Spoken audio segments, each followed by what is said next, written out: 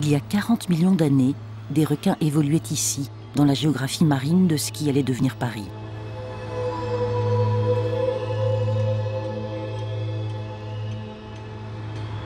Sur la colline du Trocadéro, un chantier a mis à jour des roches fossiles incrustées de coquillages et de dents de requin.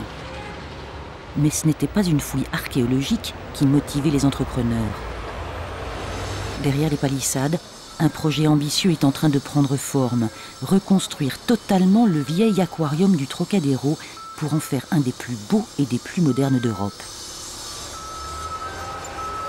Le site est classé, les consignes de la mairie de Paris sont claires, les promoteurs ne doivent toucher aucun arbre et laisser le parc tel qu'il était avant les travaux. Le chantier entame sa 3e année, mais presque rien ne transparaît à la surface. Comme pour un sous-marin, c'est dans les sous-sols que tout se passe. Théoriquement, l'aquarium doit être livré dans 3 mois, mais aujourd'hui, l'urgence est de remplir les bassins. Je remplis lundi matin ou mardi matin. Non, pas lundi, mais est-ce que dans la semaine? Moi, s'il est rempli. A priori, il ne reste qu'à ouvrir le robinet. Mais une armada de problèmes techniques refait surface chaque jour. De l'extérieur, ça change pas. Il faut rigidifier cet ensemble. Michel, stop, nous on fait du faux rocher. Jean-François, on fait du faux rocher. Précave en PVC ou pas, je ne connais pas. C'est pas mon goût. Dans ces cas-là, je te fais un devis avec. Il y a de la mauvaise volonté de part et d'autre. Parce que tu parles des odeurs de. On a mis un extracteur, on va en mettre un deuxième. Moi je m'arrête là, je vais pas là. Cet homme qui s'amuse des querelles incessantes, c'est Pascal Coutan. Et c'est tout le temps comme ça. Pascal est le biologiste en chef de l'aquarium. Avec son équipe, il sera responsable de tous les pensionnaires qui séjourneront ici, c'est-à-dire plus de 15 000 poissons, dont des requins, des raies et des centaines d'autres espèces. Les sous-sols du Trocadéro sont percés de 43 bacs d'exposition. L'équipe de Pascal Coutan relève le pari d'emmener les visiteurs dans un tour du monde des milieux marins en quelques pas. Bientôt, tout sera noyé. C'est peut-être la dernière fois que Pascal Coutan peut marcher au fond du grand bassin. Ici, on a voulu recréer le grand bassin qui va faire 2400 mètres cubes. Le but, c'est de procurer du rêve aux visiteurs, c'est-à-dire que l'objectif des architectes, c'était de le découvrir petit à petit, c'est-à-dire qu'on a la grande faille là-haut, une grande vitre verticale qui va nous montrer juste subrepticement, c'est tout là-haut là-bas, le passage des poissons. Ensuite, on va découvrir le bassin à travers un autre aquarium, donc on verra juste les requins dans le fond d'un aquarium. Et petit à petit, comme ça, on va découvrir tout le bassin, c'est-à-dire qu'après, on aura les hublots ici. Après, on sera sous la grotte, on va avoir une trentaine de requins, plein de sortes de raies. Et donc, quand on va être dans le tunnel, on va avoir les nuages de raies qui vont nous passer au-dessus de la tête, des gros requins qui vont passer. Je pense que ce sera vraiment grandiose. Les paysages marins s'élèvent en béton. Des grottes, des stalactites et des orgues basaltiques apparaissent sous les truelles des artistes. À la demande de l'architecte et des concepteurs, c'est vraiment leurs idées, c'est eux qui voulaient mettre ça. Donc on essaye de concilier à la fois les aspects biologiques et les aspects décoratifs. Mais là, c'est vraiment crucial au niveau de la décoration. T'as combien de temps pour sculpter, en fait? J'ai la journée. Donc à 14h, de manière que j'ai réussi ou pas, c'est mort, c'est fini. Ça sera du plomb. Et c'est comme ça depuis 9 mois. Mais c'est le dernier bassin. Ouais, quand même. C'est le dernier bassin. On y arrive.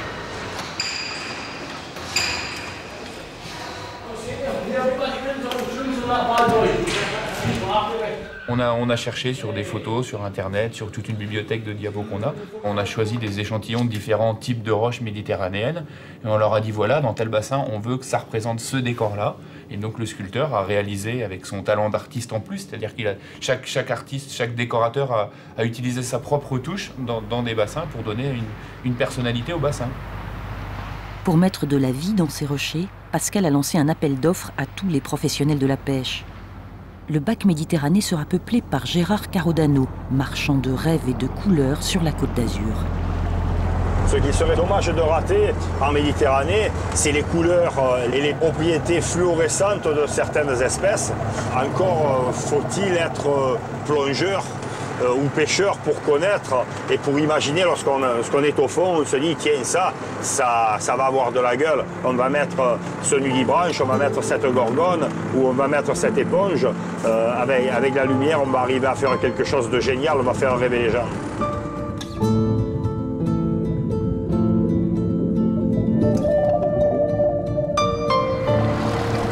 Gérard Carodano termine aujourd'hui sa campagne de pêche. Il ne lui manque plus qu'une dernière prise pour honorer son contrat avec le Trocadéro. Des créatures essentielles auxquelles pourtant les visiteurs d'aquarium ne prêtent jamais attention. Les détritivores. Ça consomme les détritus, c'est pour ça qu'on les appelle des détritivores. Et on en injecte dans tous les bacs, parce que si un jour il y a un poisson qui est mort, qui est resté sous un caillou, que tu ne vois pas, il va être beaucoup plus vite éliminé par ces éléments que s'il pourrit dans le bac. C'est pas vraiment génial pour les germes pathogènes que ça peut générer.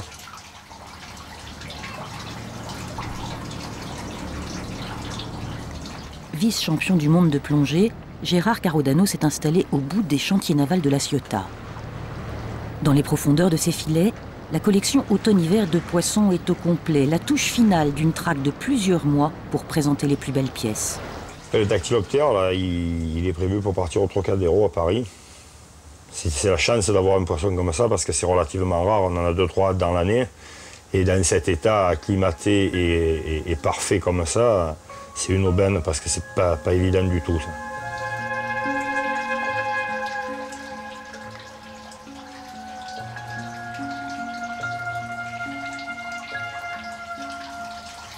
Dans les réserves d'un artisan de la mer, les poissons sont à l'étroit.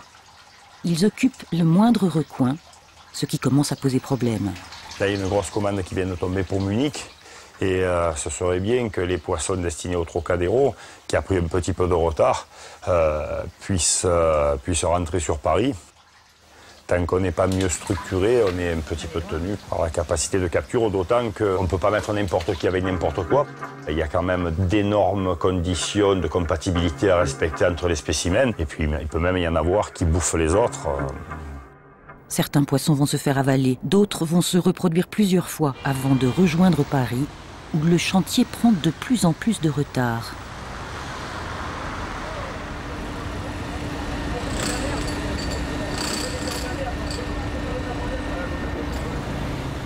Gérard Carodano n'est pas le seul à piétiner.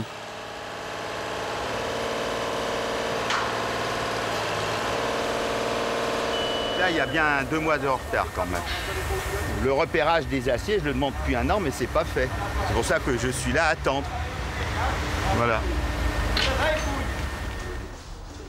L'embouteillage menace, mais pas question pour Pascal Coutan de freiner ses commandes de poissons. On a un aquarium qui est consacré à la faune guyanaise, donc on va essayer de s'approvisionner au Brésil pour avoir les poissons qui vont dans ce bassin-là. C'est le bassin de la boutique qui fait 25 mètres cubes. Ce qu'il faut, c'est mettre quelques gros poissons herbivores. Jory et Robson viennent du Brésil, où ils ont créé une société d'élevage et de capture de poissons d'ornement. Des bancs énormes de petits poissons, colorés, plusieurs espèces. C'est celui-là. Voilà. Voilà.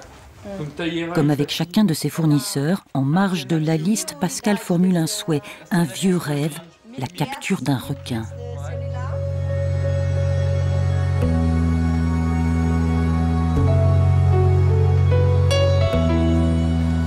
La commande en poche, Jory met le cap sur le Brésil et ses 8000 km de côte.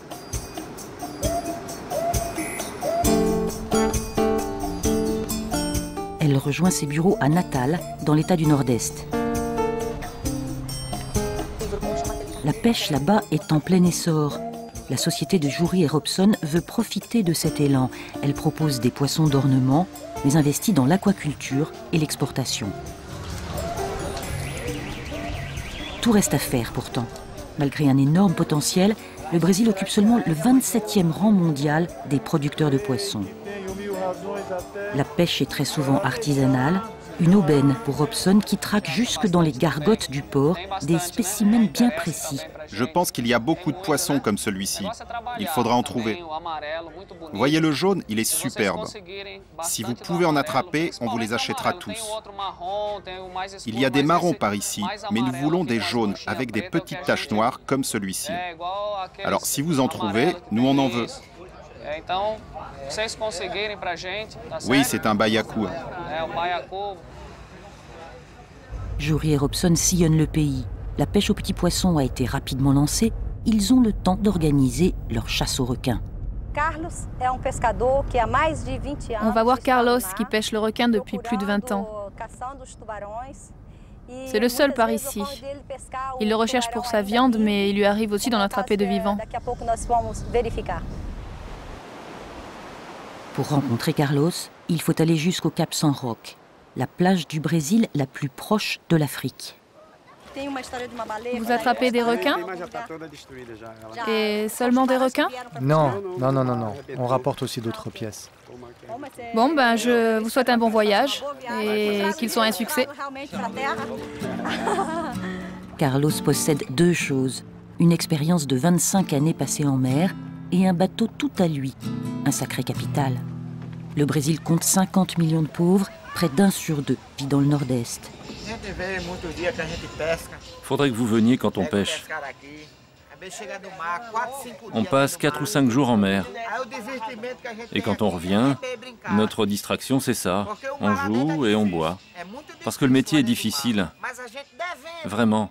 La mer est difficile. Le travail est difficile. On doit de l'argent, on en doit beaucoup. Et pour payer nos dettes, il faut qu'on reste en mer malgré les tempêtes et les orages. Mais un dicton du Nord-Est l'affirme. On ne meurt de faim ici que si l'on refuse de pêcher. Carlos connaît une zone, à une dizaine d'heures de navigation, où le bateau aura une chance de croiser la route des requins.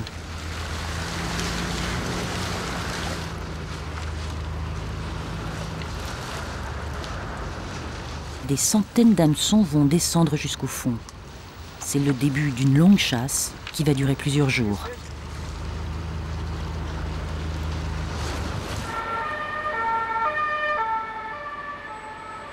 Sur le chantier parisien, les ouvriers achèvent l'aménagement du grand bassin.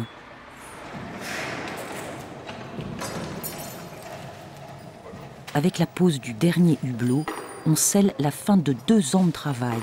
Un soulagement pour Jean-François Bateau, le pilote du chantier.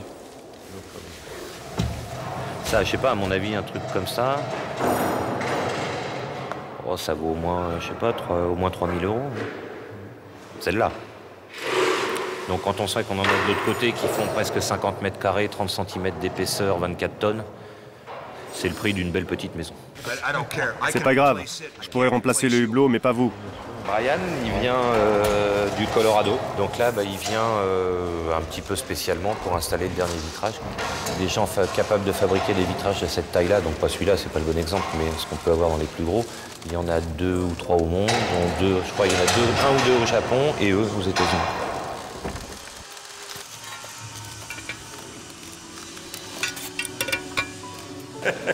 Okay, thanks Phil, thanks for the guys. Pour l'instant, ça ne ressemble pas vraiment aux mers du Sud.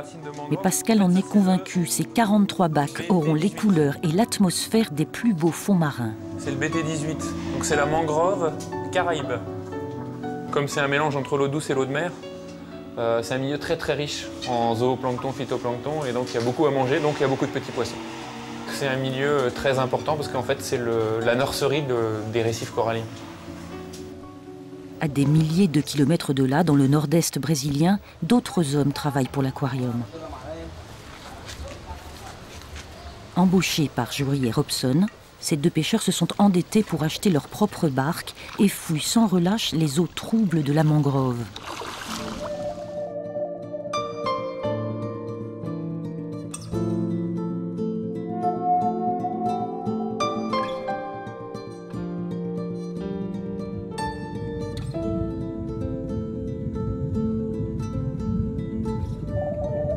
Un hippocampe.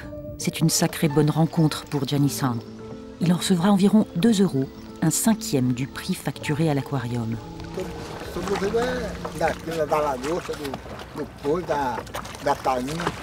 Pour survivre ici, je dois travailler du lundi au lundi. Je démarre la journée quand la marée est au plus bas. Je ne pourrais pas embarquer sur un bateau de pêche. Ce serait trop fatigant pour moi. Le poisson d'ornement, c'est exactement ce qui me va. Et ça ne m'empêche pas de prendre aussi du poisson pour le manger.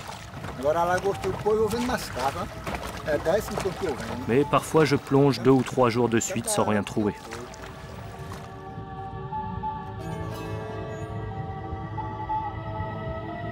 Sous l'eau, Janison file à toute vitesse sans un regard pour les poissons communs ou vénéneux.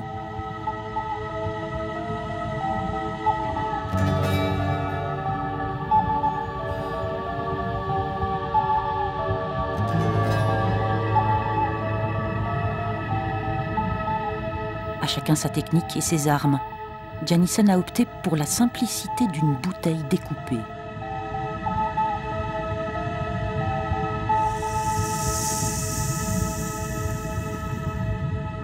Dans ses mains, le piège est imparable. La cueillette va se prolonger tout l'après-midi.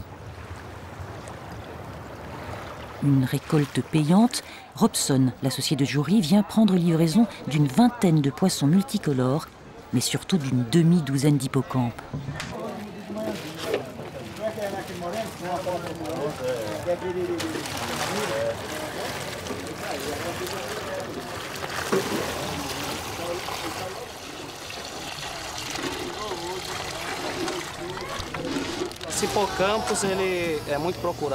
Cet hippocampe est très recherché. C'est une bonne affaire commerciale. Il vaut entre 10 et 12 $ sur le marché. On en trouve par ici. L'Institut de la pêche au Brésil, l'IBAMA, est en train d'instaurer des quotas annuels pour stopper la pêche intensive.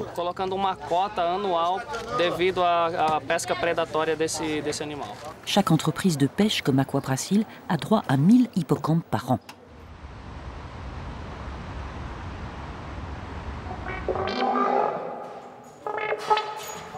Au Trocadéro, des dizaines de kilomètres de tuyaux vont pomper l'eau de cet étonnant sous-marin. T'as vu la traversée là? Ouais, t'as envoyé un petit fuleté là. Plus de 4 millions de litres d'eau à saler, à propulser dans tous les bassins. 4 millions de litres d'eau à purifier et à dessaler avant de la rejeter. De l'eau, de l'air, la vie.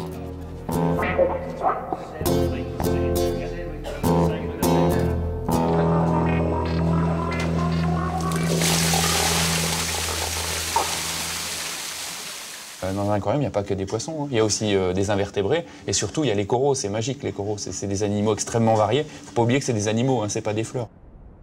Depuis quelques années, le corail est protégé un peu partout sur la planète. Les importations sont très réglementées, mais à 2 heures de route de Paris, Pascal Coutan a l'embarras du choix.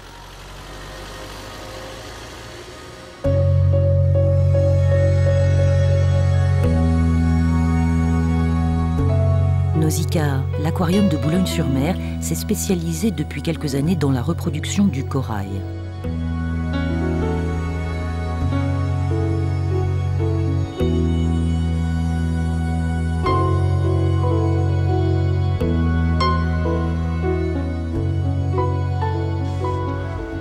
En fait, c'est tout simple, hein. C'est du jardinage. Stéphane Hénard, le directeur de Nausicaa, ne vend pas ses coraux. Il les échange contre des poissons que Pascal élèvera au Trocadéro. Tout ça, c'est pour nous. Une grande partie de ce que vous pourrez implanter. Parce que ça, si on a la place pour mettre tout. Ouais. Oui, ça pousse. Hein. Bon, alors, ces boutures-là ont maintenant quelques semaines. Là, celle-là, elle a 8 semaines. La colonie, au fur et à mesure, elle va coloniser le... Regarde, tu vois, ça vient contre la pipette. Et ça englobe complètement la pipette, voilà, et elle disparaît. Quoi, et ça sert donc de plantoir. Ça sert de support. Ça sert de plantoir. C'est ça qu'on va ficher dans le décor. On fait un petit trou à la perceuse, par exemple, et on va ficher ça dedans. Et s'il y a un petit morceau transparent qui reste visible, c'est pas grave. Parce que il va être colonisé par les algues au bout de quelques jours. Bien sûr, le corail va recouvrir ça et puis ça ira, quoi.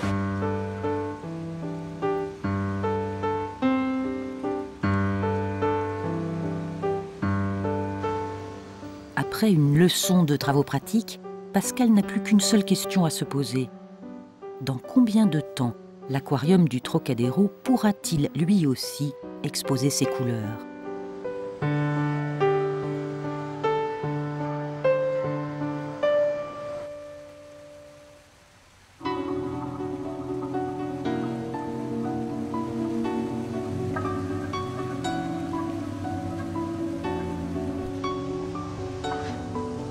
On va remplir un bassin de 2500 m3 avec un tuyau d'arrosage, c'est pas mal. Hein, c'est parti.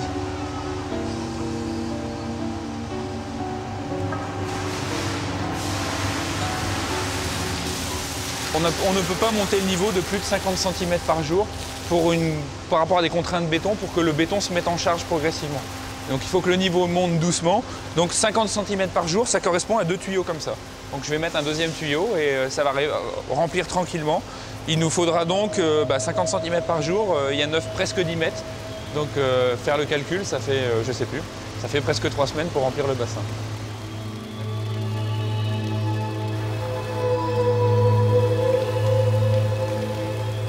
Pendant qu'à Paris, le niveau monte lentement, de l'autre côté de l'Atlantique, Carlos et son équipage poursuivent une pêche jusque-là sans succès.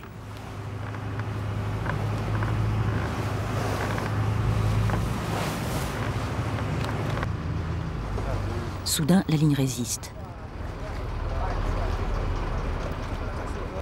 Ah, il y en a un là, juste en dessous. Le câble est lourd, lourd comme une enclume. C'est un requin marteau de plus de 80 kilos.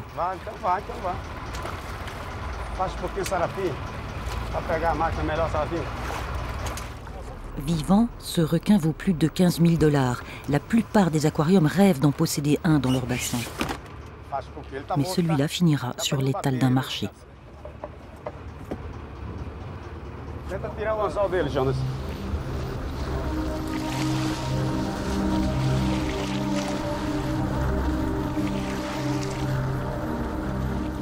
Encore une nuit à attendre.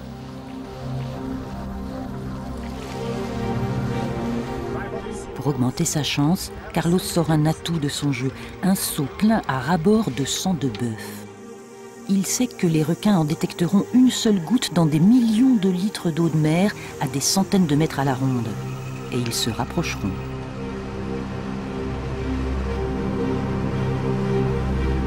C'est confirmé, Carlos est en train de croiser la route des requins. En quelques heures, il en a pêché 3, mais ils sont tous morts. Cette fois, la ligne s'agite. Il est parti? Il s'est décroché, il s'est libéré. Ouais, regarde. Il s'est échappé, il reste dans les parages. Regarde-le, regarde-le. Je pense que c'est une sorte de décompression qu'il fait. Il prend son temps avant de redescendre. Regarde, il est toujours là. Il va faire des allers-retours et puis il descendra. Mais bon, il a réussi à se détacher, il a gagné sa liberté.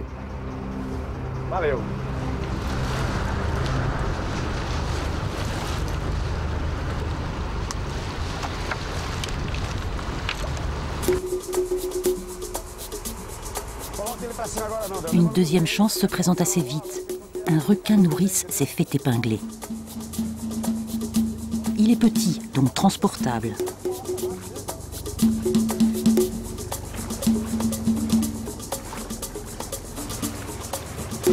Pour le garder vivant, il faut le remonter sans le blesser. Et en même temps faire attention à ne pas basculer.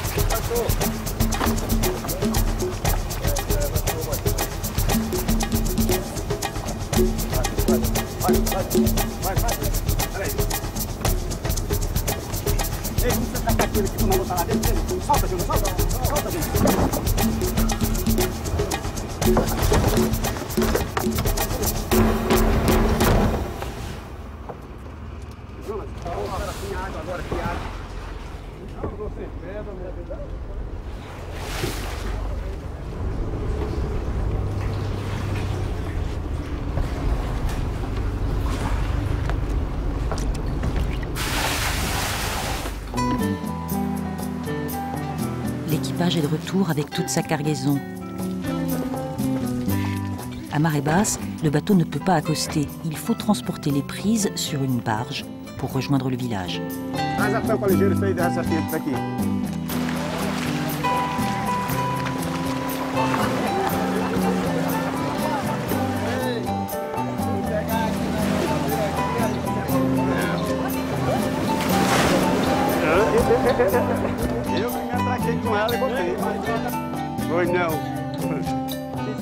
Fiori est là, mais elle verra le requin plus tard.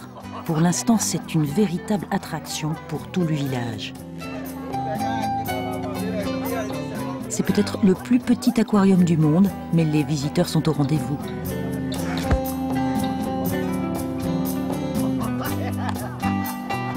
Parmi toutes les photos prises ce jour-là, l'une d'entre elles partira en courrier électronique à l'adresse de Pascal Coutan.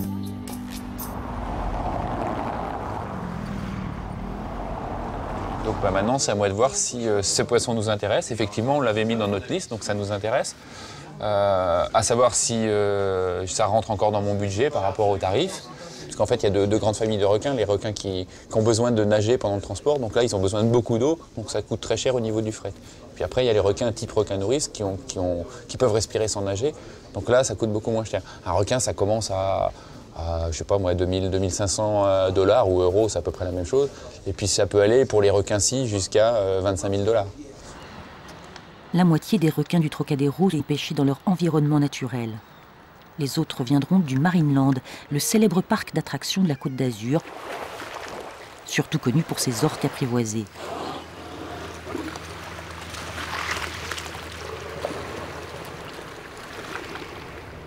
Mais le Marineland est aussi le premier au monde à avoir maîtrisé la reproduction de requins gris et à se lancer dans le commerce de jeunes requins sous la conduite de John Kershaw.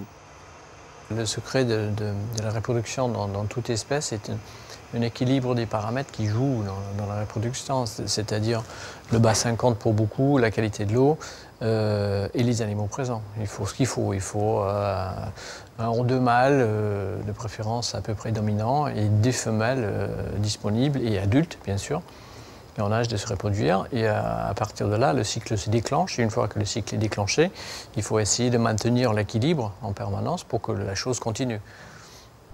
On va choisir celle qui très visiblement porte quelques bébés dans son ventre. Ça sent nos bébés pour printemps-été 2006.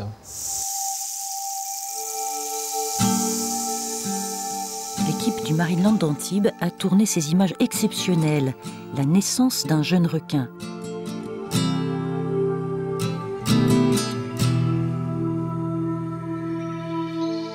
Les bébés squales seront aussitôt transférés dans un autre bassin pour les protéger de l'appétit de la famille.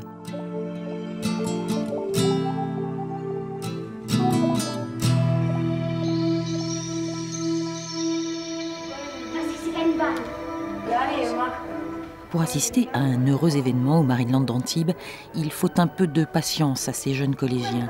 La gestation d'un requin gris dure une dizaine de mois. À la naissance. Quoi?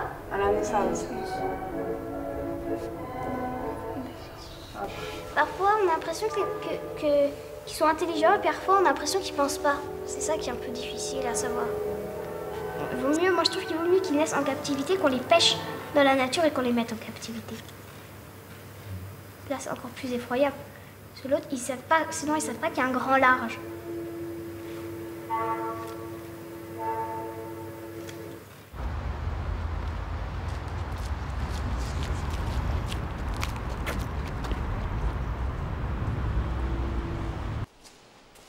À Paris, dans les bassins du Trocadéro, le niveau de l'eau grimpe depuis 10 jours.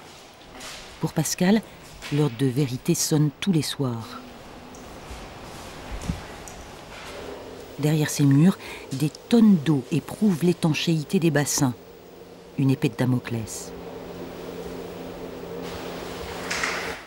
Et bon, là, on est sur un chantier. La semaine dernière, on a été voir avec Mathieu, on a fait le tour. Tout d'un coup, on a vu une grosse flaque à un endroit. Alors, vraiment, on a commencé à paniquer. Et en fait, on a vu un gars qui partait en remontant sa braguette. La barre fait 6 mètres.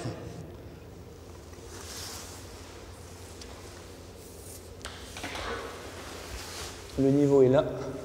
Ce matin, à 8h30, on doit être à peu près à 4,15 m par là.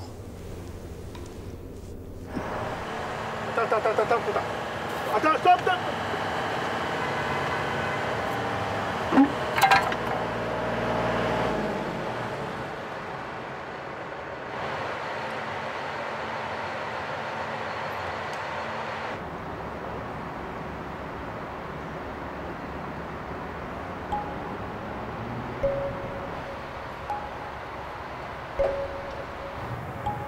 Que ce soit pour un aquarium de salon ou pour un ouvrage aussi grand, c'est le même cauchemar qui menace.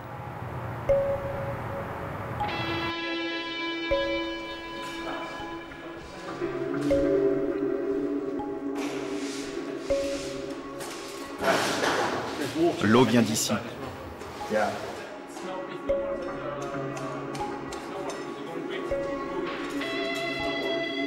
Il y a urgence. Le spécialiste des vitrages doit impérativement accourir des États-Unis.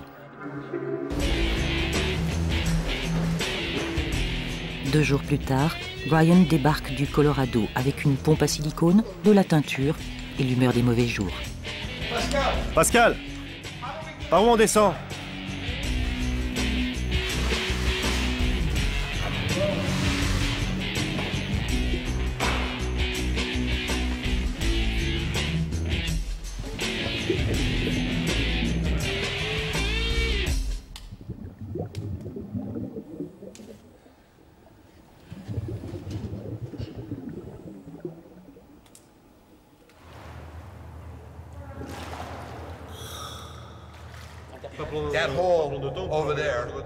Ce trou là-bas, c'est pas une fuite, je suis catégorique. Il n'aspire pas la teinture. La teinture était dans le trou, et quand j'ai mis le silicone, tout est ressorti. S'il y avait vraiment une fuite, la teinture disparaîtrait dans le mur. Ça vient d'ailleurs, derrière les rochers. C'est pas dans ce trou. Je peux pas te dire où. Il faut que tu cherches. On n'est pas à l'humidité, on est dans l'eau. Non, enfin, on n'en est pas loin, quoi. Regardez les éclaboussures d'eau partout. On n'en est pas. Et c'est pour ça que donc. Enfin, écoute, on verra demain, on saura demain après-midi. Je sais pas trop. Le lendemain, les entrepreneurs et le directeur de l'aquarium décident d'employer les grands moyens. Il faudra donc d'abord baisser le niveau d'eau afin de détruire les décors, d'accéder aux étanchéités et de les réparer. L'eau est à la fois notre source d'attraction, mais sera dans le même temps notre source d'ennui.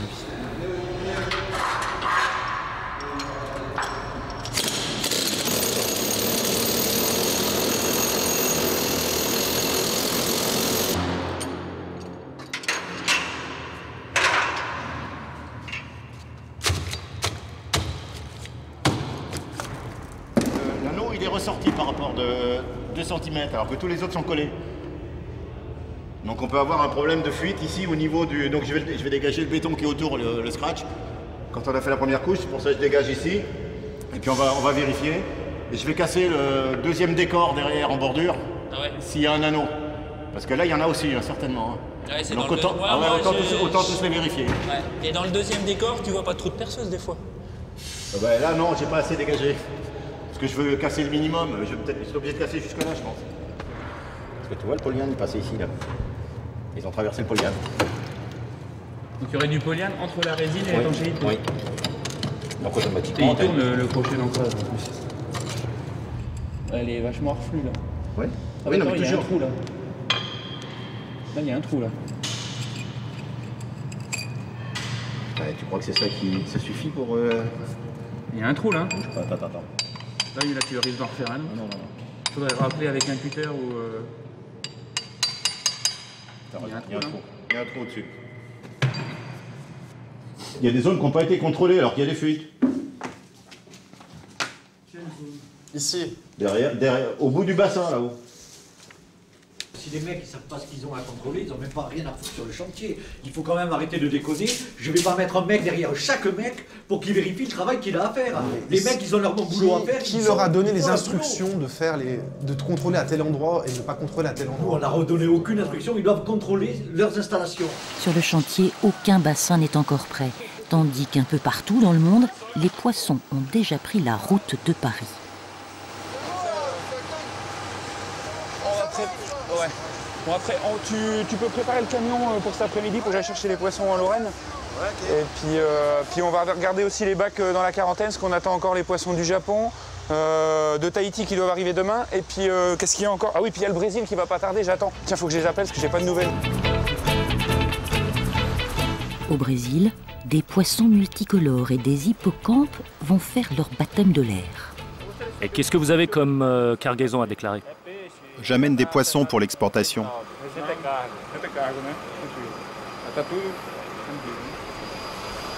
Le contrôle d'entrée de l'aéroport est bref, mais la procédure est suivie depuis longtemps par le service IBAMA, l'Institut brésilien de l'environnement et des ressources naturelles renouvelables.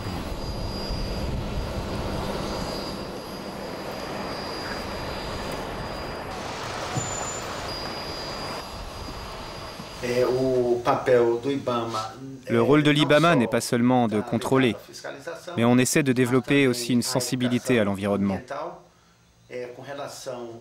En ce qui concerne les poissons d'ornement, il est nécessaire que les sociétés soient enregistrées auprès de nos services.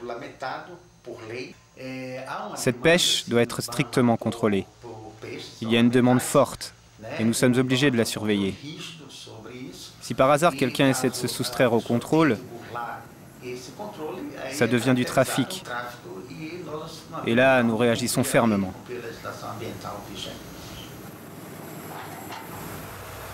D'après les chiffres officiels, le trafic de poissons diminue au Brésil. Les fermes aquacoles se multiplient partout dans le monde face à une pêche de plus en plus aléatoire et difficile.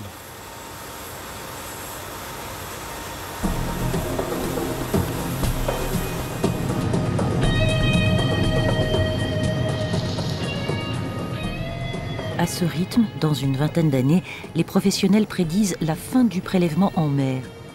Tous les poissons d'exposition seront nés en captivité.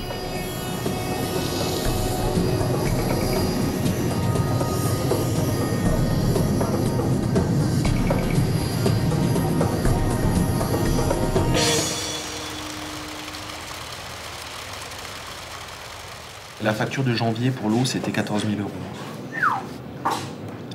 Alors, c'est pas tout imputé sur le bassin. Non, ça fait quoi? Oui, c'est Pierre. le 90, 80, tu viens sur le Trocan ou pas? c'est le grand bassin. Tu viens sur le Trocan ou pas? Oui. Ah, attends, pour samedi, 2 heures, tu peux m'allumer tous les bassins.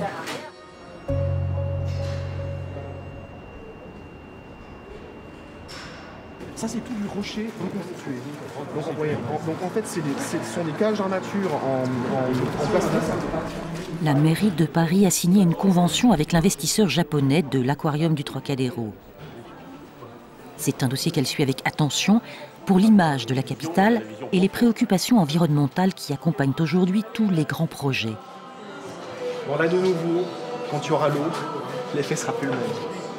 Plus intéressant. Arrivera à peu près à quel niveau Au-dessus de cette vitre, en fait. Vous le voyez, en fait, vous voyez les passerelles, oui. 10 cm sous les passerelles. 2,4 millions de litres, c'est déjà des très grandes capacités. Je ne peux pas dire de bêtises, mais en bassin aquarium, je ne parle pas de bassin extérieur comme les delphinariums ou pour les orques, mais en bassin aquarium, on devrait avoir le plus grand bassin de France, je crois. Donc évidemment, pour un écolo, on aimerait mieux que les animaux restent dans leur milieu naturel, qu'on les laisse tranquilles d'une certaine manière et qu'on accepte de se contenter de voir des films, de regarder des livres, en se disant que c'est normal qu'on ne puisse pas avoir accès à tout comme ça. Bon, puis en même temps, il y a des réalités qui font que les eaux, ça existe, les aquariums, ça existe. Et que ça n'a pas que des côtés négatifs non plus, parce que quelquefois, c'est là aussi qu'on peut conserver des espèces qui disparaissent dans la nature compte tenu des niveaux de pollution qu'elles ont à affronter. Voilà, ça s'est bien passé? Ouais, relativement bien. Relativement? Relativement bien. C'est pas parfait alors? Non, il y en a quelques-uns qui fuient, alors c'est un peu galère. Ah merde. On va regarder ça. Les premiers cartons arrivent de Tahiti, du Brésil, du Japon, et ils s'entassent dans la réserve. Il faut stocker les nouveaux pensionnaires, comme on peut, en attendant la fin des travaux.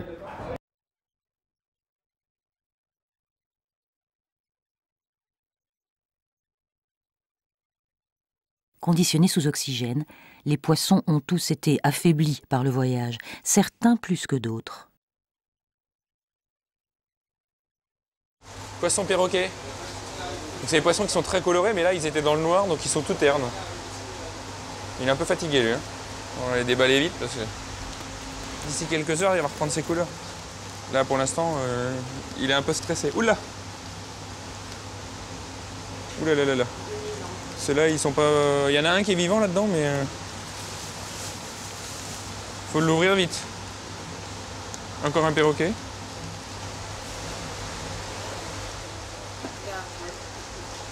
Ah, c'est bon.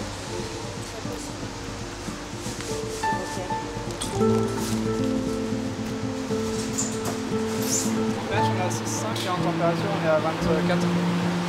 Les vagues sont plus froids. Ouais, c'est plus froid. C'est Brasoma velliferum.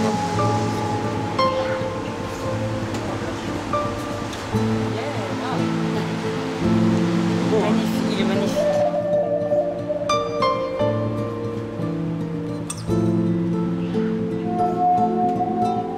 Les acteurs sont en coulisses, mais dans les bureaux de la production, le scénario piétine et bloque toujours sur la même scène. Je peux vous interrompre? Oui, ça y est, c'est fait. Une autre fuite dans le Bessakodon. Lequel? Là.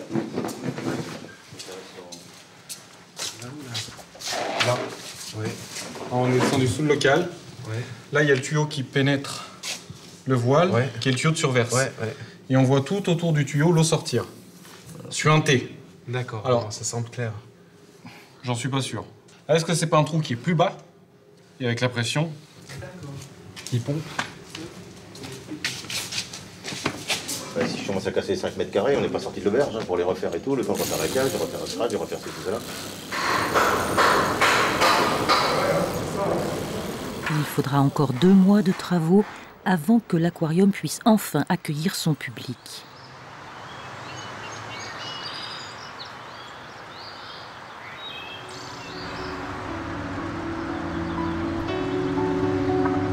Les fuites sont un mauvais souvenir et le film catastrophe laisse enfin la place à la magie des fonds marins.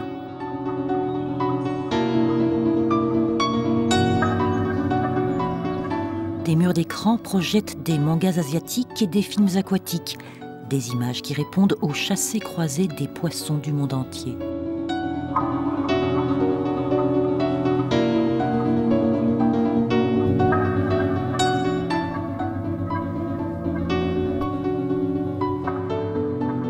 Pour admirer les requins, les stars de l'aquarium, le chemin des visiteurs passe devant les pensionnaires de Gérard Carodano, ceux de Joury et des autres pêcheurs aux merveilles.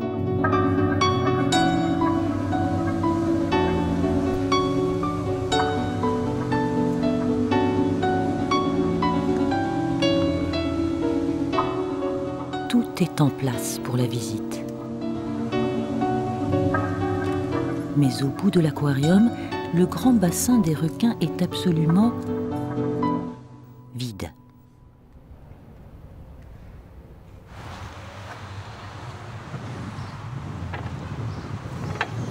Un problème de dernière minute pour Pascal Coutan. L'eau est trop douce pour les dents de la mer, impossible d'y plonger les squales. Il faut d'urgence rajouter plusieurs tonnes de sel.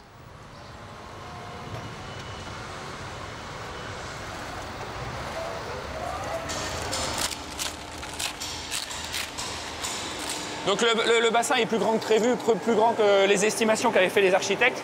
Et mon fournisseur de requins, donc le Marineland d'Antibes, m'a demandé à ce que la salinité soit exactement de 34 grammes par litre pour les requins.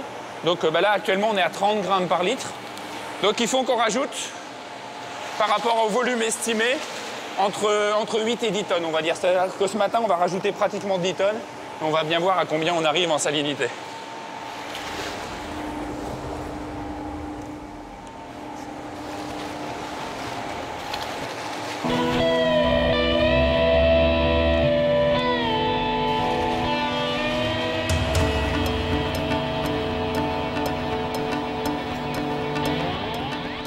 En provenance du Marineland d'Antibes, un camion roule depuis 16 heures. Sa cargaison, 4 requins et plusieurs milliers de litres d'eau.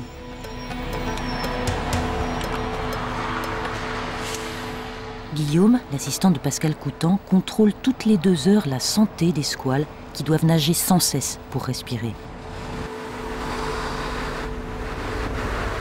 Donc en oxygène, on est à 125%, sachant qu'il faut être à plus de 100%, c'est très bien. Et la température, 23,3 degrés, c'est un peu frisquet, mais ça va. Au petit matin, les vedettes de l'aquarium arrivent enfin. Les requins sont de retour quelques millions d'années plus tard dans le bassin parisien.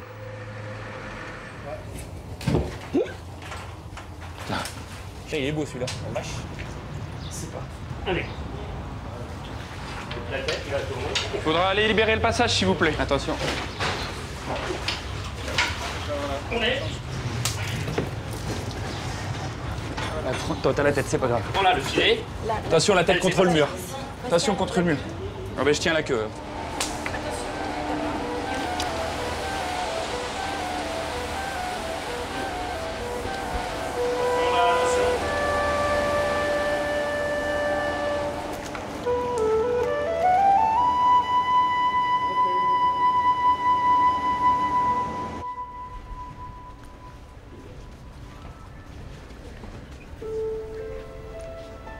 Ça y est, le sous-marin du Trocadéro a pris le large à quelques pas de la Seine. Les hublots dévoilent à ses premiers passagers une nature fragile et envoûtante. Un monde d'eau salée qu'aucun spectacle n'a jamais supplanté et que les hommes s'acharneront toujours à vouloir recréer.